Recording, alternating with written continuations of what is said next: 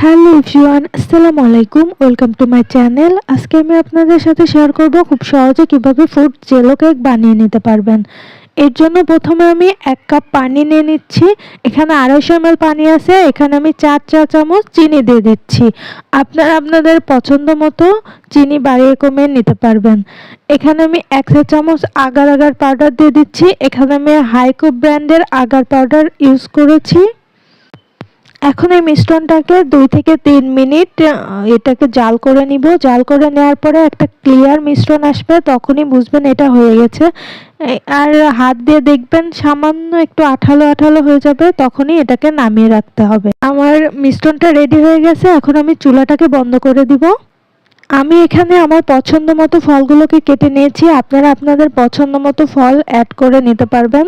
যাদের বাসায় ছোট বাচ্চারা আছে, ফ্রুটস খেতে পছন্দ করে না, তাদেরকে এভাবে কেক বানিয়ে দিলে তারা ইজিলি খেয়ে নিবে। এখন আমি যে মোল্ডে কেকটা সেট করব, সেই মোল্ডে সামান্য একটু আগার আগারের মিশ্রণটা দিয়ে দিলাম।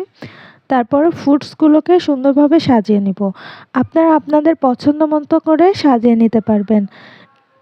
এরপর কিছুক্ষণ রেখে দিব। হালকা একটু জমে যাওয়ার পরে বাকি ফ্রুটসগুলো সাজিয়ে নিব। সাজিয়ে নেওয়ার পরে যে মিশ্রণটা অবশিষ্ট ছিল সেটা সম্পূর্ণ দিয়ে দিব। এভাবে খুব অল্প সময়ের মধ্যে আপনারা বাসায় এই কেকটা বানিয়ে নিতে পারবেন। আমার ভিডিওগুলো ভালো লেগে থাকলে অবশ্যই লাইক, কমেন্ট এবং শেয়ার করতে ভুলবেন না। দেখা হবে পরবর্তী কোনো ভিডিওতে নতুন কিছু নিয়ে। সে পর্যন্ত ভালো থাকবেন, সুস্থ থাকবেন। আল্লাহ হাফেজ।